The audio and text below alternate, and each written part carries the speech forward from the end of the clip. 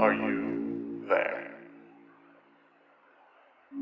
Are we connected? What is connection? A transfer of data from one vessel to another. A bridge between one place and another. Meeting a new person. Understanding. Sharing. Falling in love. A love that finds its way. Because, as we know, the bonds you break may make you stronger.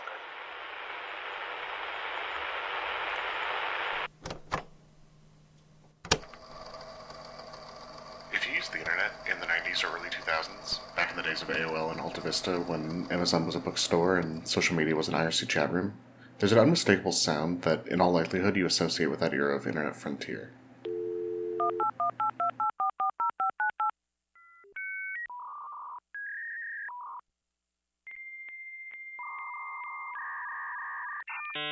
Dial-up internet access was the standard before broadband took over. Dial-up, so named because it directly utilized your home telephone line to secure a connection to the World Wide Web. You would connect your computer to a dial-up modem, which connected to your phone line to transmit essentially data in audio format, not unlike a much more complicated computer-readable Morse code. Older modems would acoustically transfer the data via the handset. Newer ones didn't need to, but still recreated the dial-up noise as it was being sent over the telephone lines with a little speaker for the user's convenience. Then, your internet provider would direct that traffic around the world, forming the network of computers called the internet. And during the whole process, you were basically making a phone call to your ISP, so you had to make the choice between browsing the web at 56 kilobits per second. That would take you 160 hours just to download this video you're watching right now, or calling your friend after school. That sound I played for you earlier is not the sound of that highly advanced Morse code. No, you'd only hear that if you were able to listen to the phone line while the dial-up connection was already active. That sound is the sound of two modems negotiating with each other, establishing the initial connection and deciding what communication formatting to use, and then testing the phone line to see what speed it can handle. They're deciding what the Morse code is going to sound like to each other, using other Morse code that was set up beforehand as specifically how these modems are going to greet and connect to each other. But to most people, especially those of us who were stupid kids when dial-up was still around, the sound was just the sound of the internet. And you can see plenty of breakdowns and clickbait articles calling it that, or the dial-up sound. The real sound of the internet would be nothing but garbage noise, but our dial-up handshake is what sounds suspiciously like.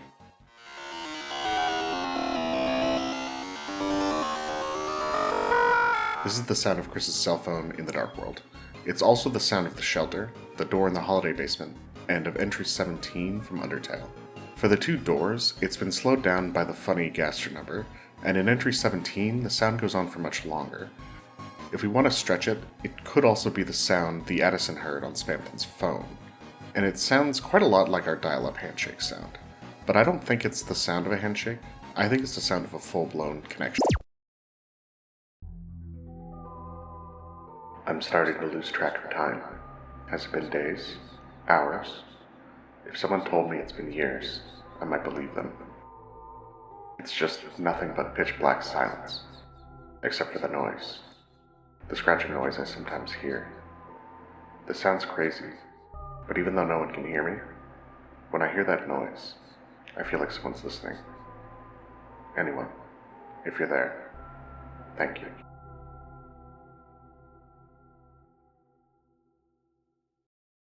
I like to play Dungeons & Dragons. Specifically, I like to DM. I've been doing it semi-weekly for nearly 9 years for the same group, so I like to think I'm at least halfway decent at it. And one thing I picked up on very early in my DMing, and have carried it through faithfully since, is a simple rule of 3. If I want to be sure my players pick up on a clue, I'd better put it in front of them 3 times because they'll definitely miss the first 2. Now, in those rare times when a player is on top of their game, picking up on all the subtleties, paying perfect attention, they might catch all 3. And it can be jarring, because it might feel like the DM is bashing something over your head if they repeat it that many times. I felt like that player when I went through Chapter 2 again. So maybe you were just staying up late talking to Asriel online again. Wait, you can't do that, right? I hope the internet gets fixed soon. I don't want to revert to my primal form. Recently, something called the internet is having an outage. Some say it was the secret to Queen's know-how. Since then, it seems like she's become quite extreme. Each day they spend hours worshipping and glowing rapture. Our screens of funny animals and candied games, staring, tapping to receive joy, staring, tapping to avoid pain, until recently when the town's internet disappeared. Now the refuge they take in the screens will slowly fade. And those are the 3 I caught. I wasn't on top of my game. There are at least 2 more direct mentions of the internet being down in Hometown. Why? Why was it so important that I, the player, understand that the internet is out? Important enough to dedicate time in the light world, in the dark world, and in the final boss's monologue emphasizing just how down the internet is. Would it have changed much if the internet weren't on? It's a fine enough reason to not let Kris contact Azrael via email, but nothing stopping them from calling their brother, and we haven't had 5 boxes of dialogue explaining why the cell service is down, because it isn't. We can call Toriel just fine. So why do it? Why put so much emphasis on this idea? I think it's because Toby Fox is showcasing a rule for us. A rule of this world and the Dark Worlds that we haven't been told yet, but that exists to keep things consistent, and not emphasizing the internet being down would cause problems for Toby should the time come for the rule to be explained in full. I think the rule is this. Anything with an active two-way connection across the light world dark world barrier keeps its function to maintain that connection. Doors, windows, Kris's cell phone, the soul, all objects that stay exactly as they are, in function if not in form, when going from the light world to the dark world. Active, as in currently ongoing, so not a disconnected laptop, and two-way, as in able to communicate back to the source, so not a television receiver. If the internet weren't out, then none of the computers in the lab would have changed drastically into the characters of the dark world we see them as. Nothing protects the connection itself, though. The function remains the same, so a door can be closed, a phone can be powered off, a laptop disconnected. But once that happens, the nature of the object can shift, and it can be difficult or impossible to re-establish the connection. Let's take a step back so I can try to explain where my head's at. There's a point in space which is a hard cutoff between a light world and a dark world. Let's call that point the light world, dark world boundary. That boundary, so far, has always been placed in a doorway. That doorway serves as the point of connection between the light and dark worlds, allowing people and objects to cross the boundary from one world to another. And those doors always appear as these grand golden doors in the dark world, maintaining the original function of their reflection in the light world because it is actively connecting the two worlds together. A door couldn't become something else like a darkener unless that door were something like an interior door connecting two places within the same dark world. A door could become something else that still maintains the active connection and keeps its original function, something like a column of light that we see in Castletown. A window remains a window. Windows allow light and information to pass from one location to another, creating a visual connection that doesn't allow direct passage. You can see, from the Dark Sanctuaries in Chapter 4, that the windows of the church remain strikingly similar to their light world form. And from the light world, we can see the influence of the dark world on the church's interior from the outside. That connection between the two worlds holds fast. Considering all the sweet Darkner designs we got, don't you think a stained glass angel would have been an excellent fit as an enemy to encounter? Popping out of the background like the Wickabell does, it seems like such a perfect chance for a cool Darkner design to not capitalize on it, unless there was some stronger reason not to, like a rule that can't be broken. Kris's cell phone and the soul. These really are the most important objects on this list. I believe the sound we hear coming from the phone as we try to call is not some sort of interference masking the capabilities of the cell phone, as I think most would initially assume, but the sound of the data that is being sent to and from Kris's phone actively, at all times during the Dark World. I think this is the sound of us, the player, actively controlling the soul via the connection established at the very beginning of Chapter 1 by the person who initiated the vessel's creation sequence, widely, but not universally, accepted to be W.D. Gaster, a hypothesis strengthened if the connection established by the vessel creator shares the same sound as the screen that gave us Entry 17, the original wingding scribing that we had to grasp our little theorizing paws on. Now, unfortunately, objects with an active two-way connection aren't the only objects that remain the same between the light and the dark world. Objects inextricably tied to shadow and darkness, like the shadow crystals and the black shard, remain the same or pretty similar to their dark world incarnations in the light world. But so do some objects that should be mundane. Noelle's watch and the odd controller, for instance. These might be objects with some other kind of connection, but that's too much speculation even for me. The soul has long been called many things.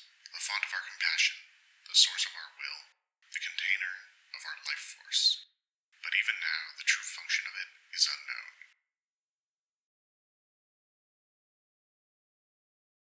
I'm sure some questions are already forming in your heads.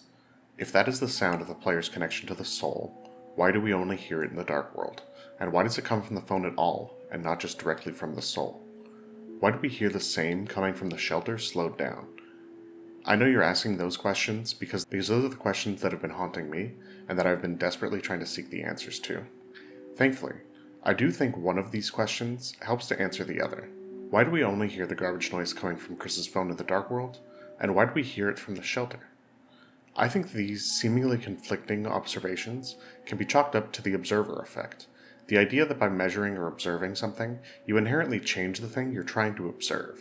Like if you wanted to test how sticky a piece of tape was, you could stick it to your finger and pull it off, but in doing so, that tape would get a little less sticky, because some of that glue is now on your finger.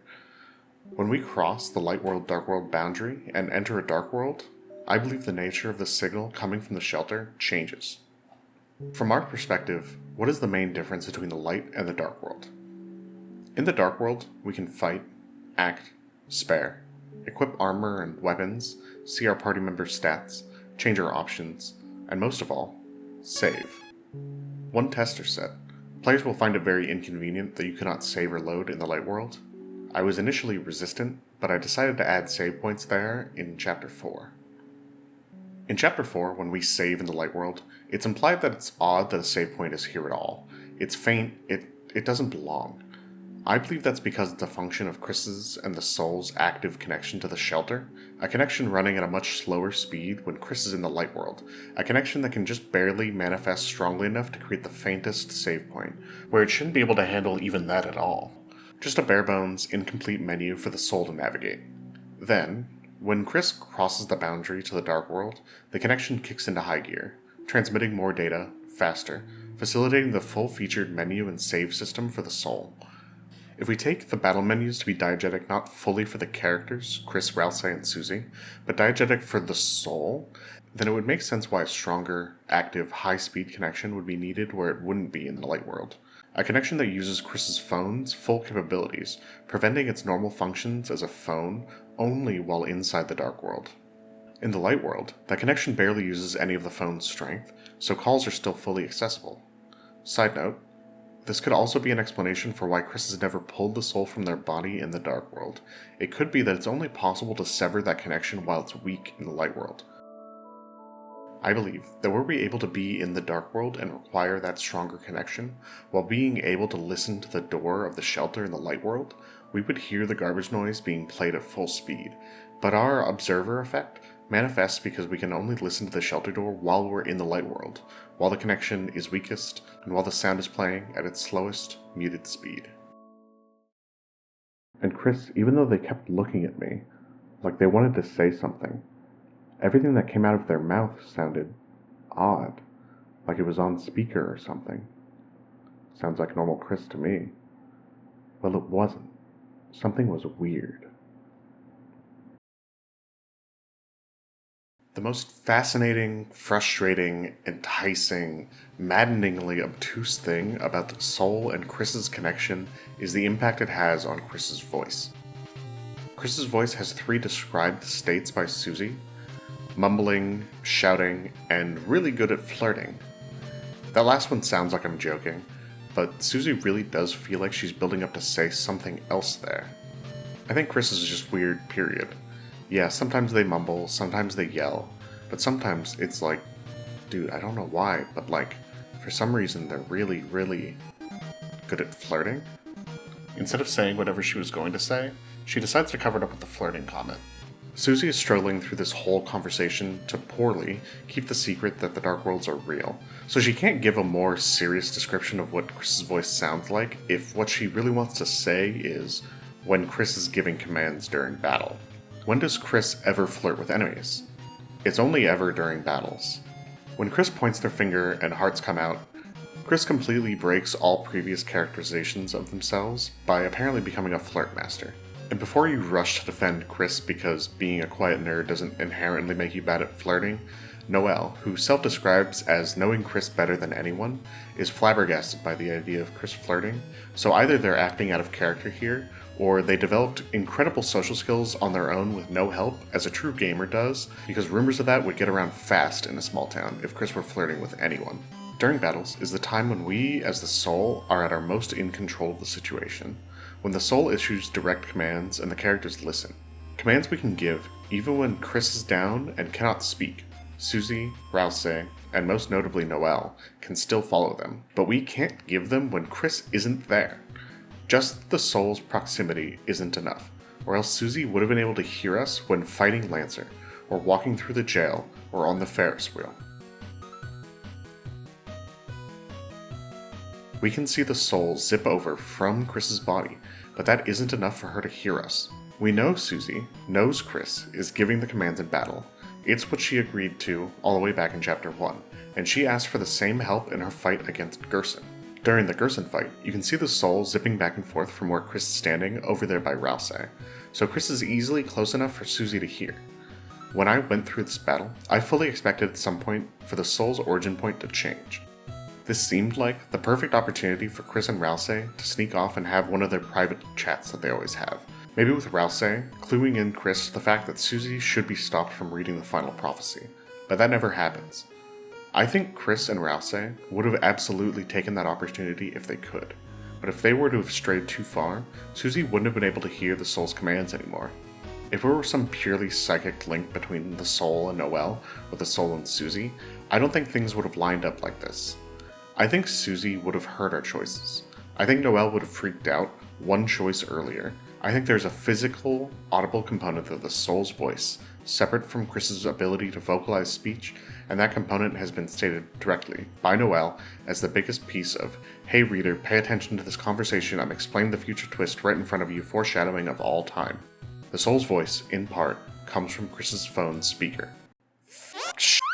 I hate doing this. I've tried to write and rewrite this section so many times, and every time it's more evidence, more complications, but none of it successfully sways me from my chosen path, so for a bit, let me bring back the speculation meter from last video, let it run on the next few minutes of my script ahead of time, and...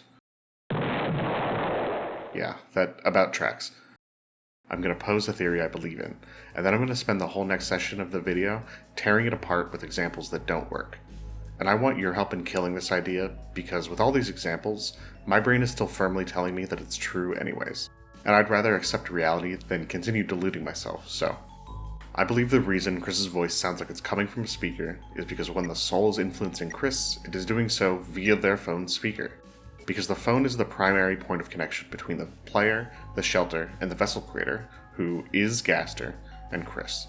Like an acoustic dial-up modem, the phone is somehow transmitting words and commands that Kris's body interprets and executes with some level of autonomy over their execution, and as part of that process the phone outputs certain words and feelings audibly that can be heard that Kris is passing off as part of their own voice. When a dialogue choice poses two options, one that Kris agrees with and one that Kris does not, Kris will attempt to smother the sound and change the interpretation if they do not agree, and they will lend their own voice, words, and emphasis to the option they do agree with. Is the phone literally outputting the words Kris is supposedly saying? No, probably, maybe, except sometimes, yeah, I think so. Because there are times when characters can hear Kris, when Kris cannot be able to vocalize what we want them to say. And there are also times where the soul's options don't give any room for Kris to change the interpretation to an outcome they would clearly prefer, like an outcome that doesn't involve actively torturing their childhood friend. Let's dismantle this nonsense. Exhibit 1. Susie. How the fuck wouldn't Susie realize what's happening? Kris is a quiet-ass kid. They're not speaking to anyone, ever. So everyone else gets a pass because the opportunities to realize something's up are so slim that they can be forgiven for thinking Kris is just hitting human puberty, and no one here knows how that works. But Susie spent 4 days with the kid, and Kris has been very talkative throughout that, by their standards at least. Only Rousey's heard as much from them, but Rousey's overlooking a hell of a lot more when it comes to soul nonsense than just some voice stuff, so Rousey not saying anything makes sense too. But Susie has to have heard sounds coming from Kris's phone if this has been a thing. She can't have been that inattentive. Hey Kris, do you hear something? Sounds like it's coming from your pocket? Your phone going off or something? Hey Kris, does your phone usually, yell? Hey Kris, pick up your damn phone. Yeah, no. If there's been noise coming from Kris's pocket, Susie would know. She knew from the other room where Lance's voice was coming from. She'd have to have heard the sound of Kris's connection. Susie's a bit thick. It took her 4 chapters to ask what was up with the red heart thing, but she can't be that thick. Exhibit 2.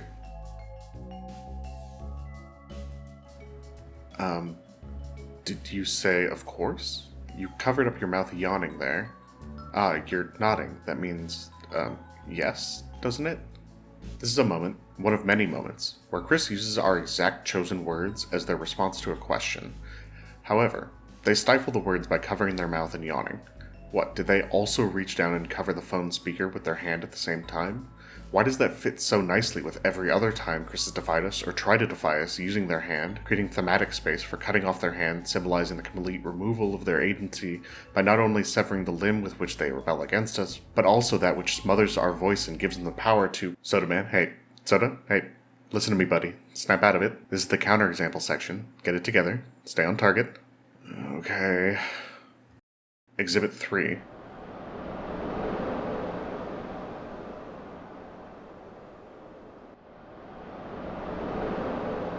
What, I got something on my face or something?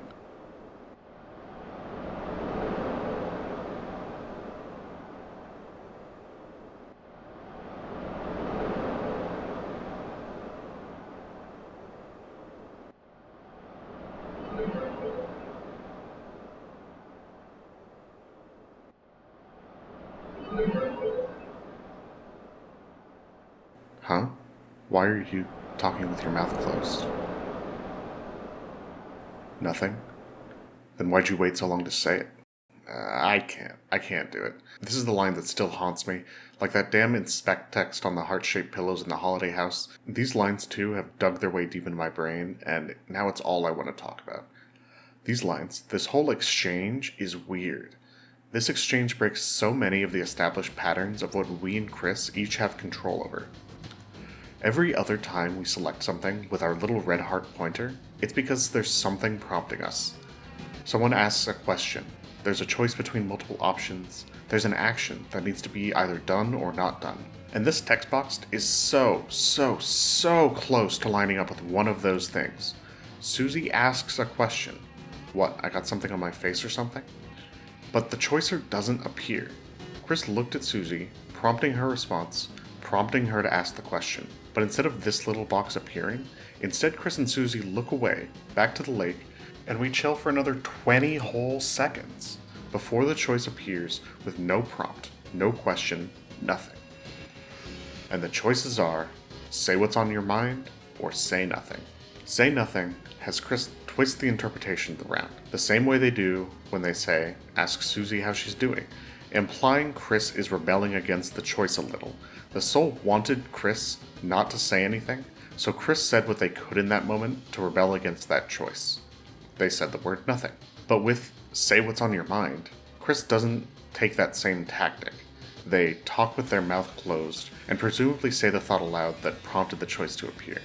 Kris had a thought, and in that moment, could not decide whether to say it or not, and the choice between saying it or not manifested in a choice for us, the player, to make. But Kris, in the time it takes for us to choose, thinks better of saying what they wanted to, and muffles it by keeping their mouth closed.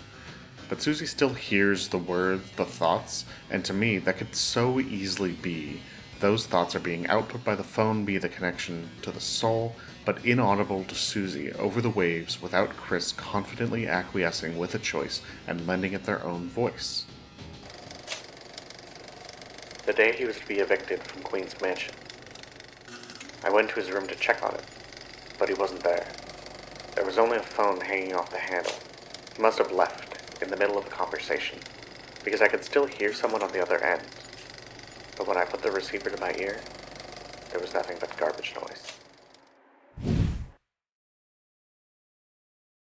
There's an exceptional amount of weight put on telephone calls in Deltarune.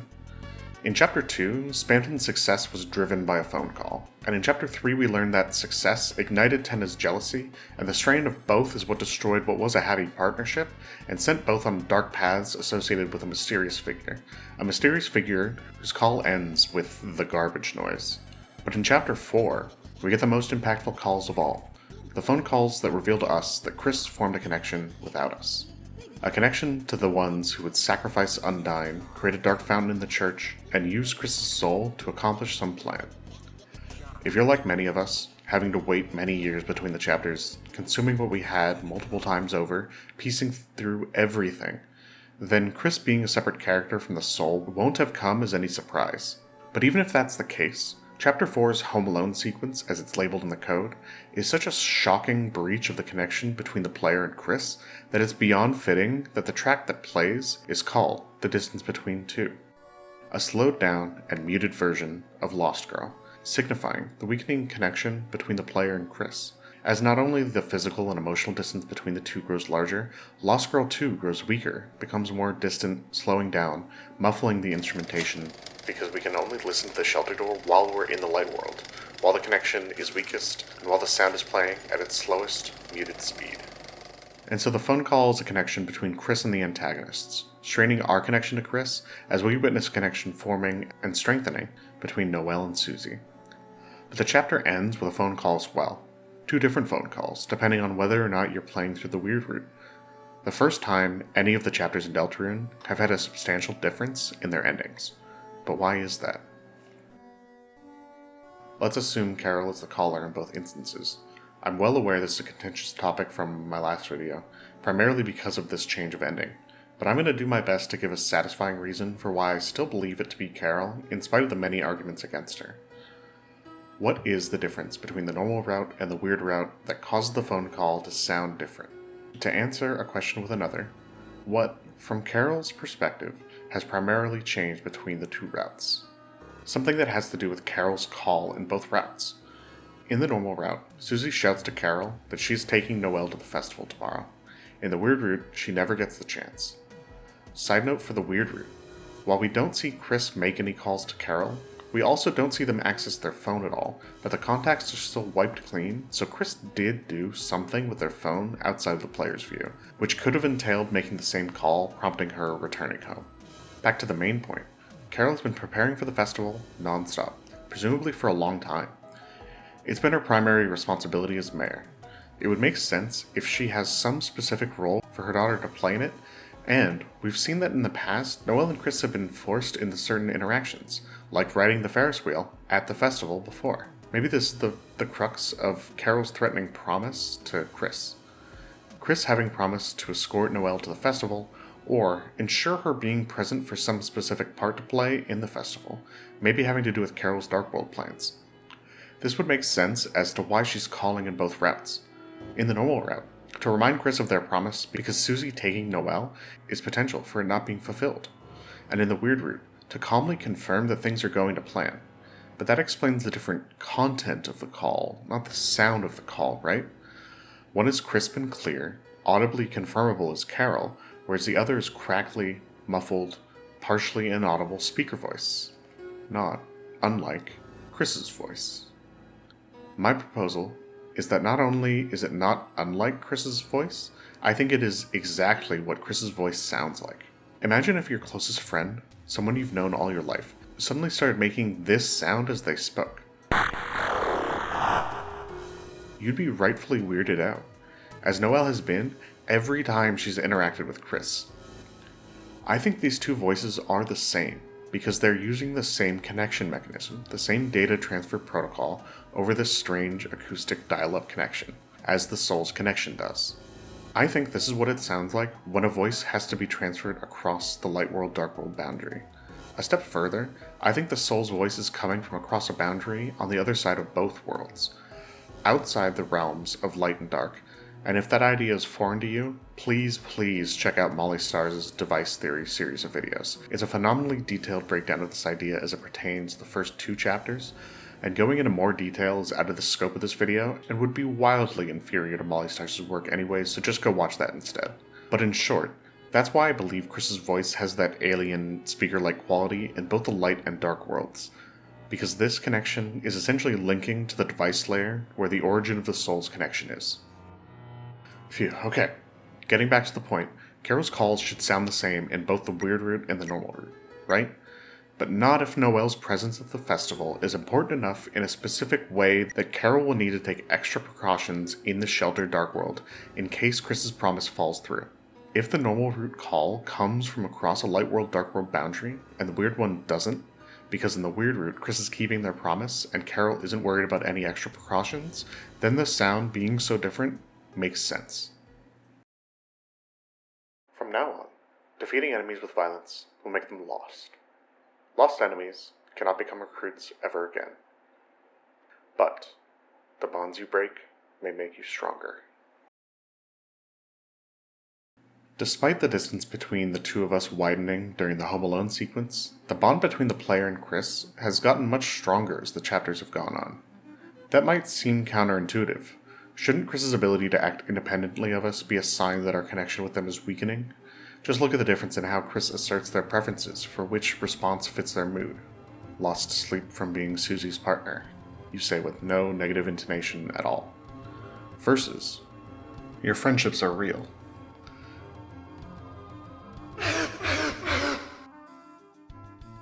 The stupid, fake, heroic way you said that, pretty good.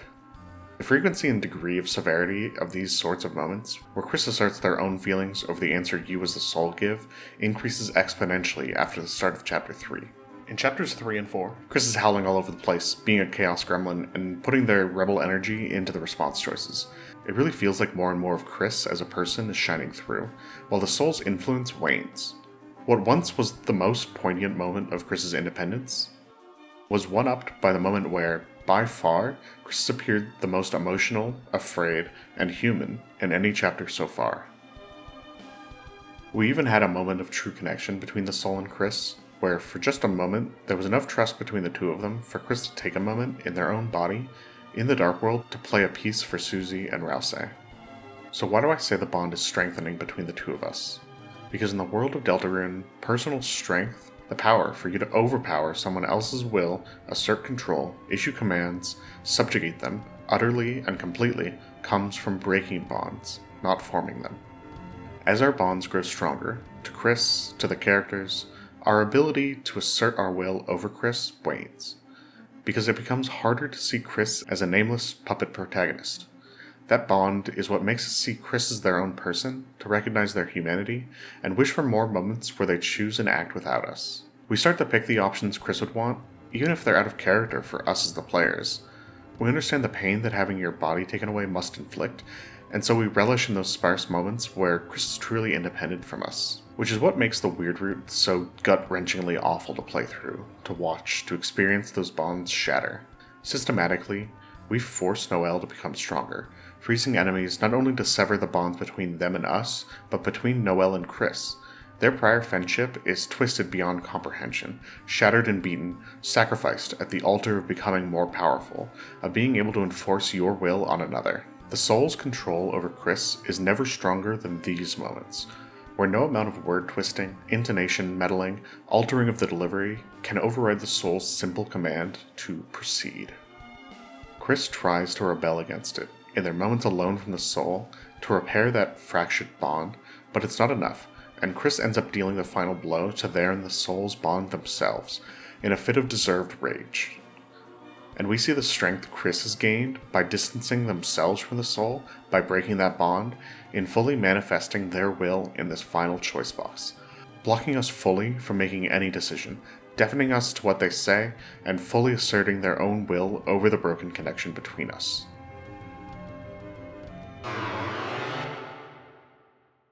See that heart, Kris? That's a soul, the culmination of a human's being. Not only does it represent one's will and compassion, but it also has the power to determine fate.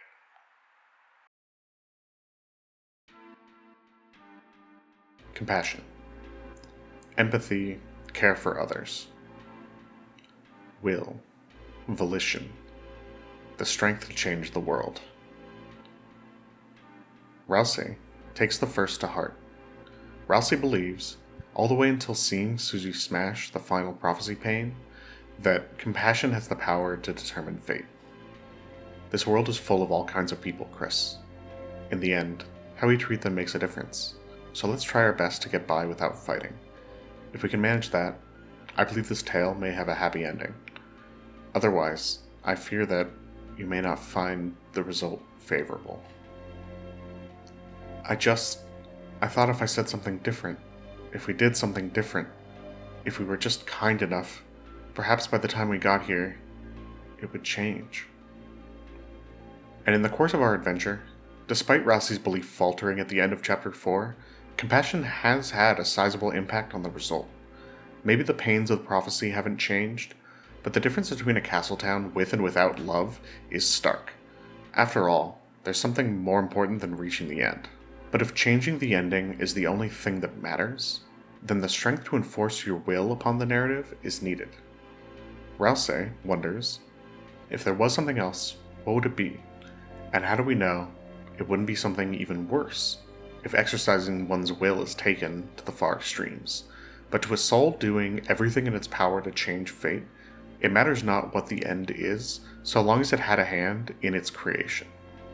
In this way, will and compassion are two diametrically opposed forces, at odds with each other, warring for control over the narrative of Deltarune, manifesting in the split between the normal and the weird root, and in Chapter 3, perhaps even the sword root emerging as another source of will, with Kris acquiring a weapon with which to shape their own fate by enacting the equivalent of the undertale genocide root. The soul can represent both of these forces, and I believe the opposition between the two of them is a zero-sum game. The more the soul enforces its will over the characters of the narrative, the less compassion it can muster. And likewise, the more the soul's compassion for the characters grow, the less its controlling will can dictate the actions of the characters. Because being compassionate means letting go and wanting the characters to have the freedom to live happily and safely. This, I think, is the true meaning of the bonds you break may make you stronger. The soul has the choice to play the zero-sum game, to sacrifice compassion for the sake of their font of will, for the strength to better dictate the course of the narrative. In a normal, violent route, you sacrifice a castle town where love is strong and your friends are there to greet you, for the strength to overcome the powerful enemies standing in your way, with fewer hurdles, fewer obstacles. In the weird route, you sacrifice fully the agency of Kris and Noelle. You sever any compassionate feelings you have for either of them, blatantly ignoring every one of the dozens of opportunities to apologize, reconcile, deflect, or even apathetically discontinue the route, in favor of the force of will to warp the narrative around your choices and finally see a new continuity for yourself. You held the crystal up to your eye. For some strange reason, the prophecy's text does not work in the crystal's lens. You shook the crystal. However, nothing changed.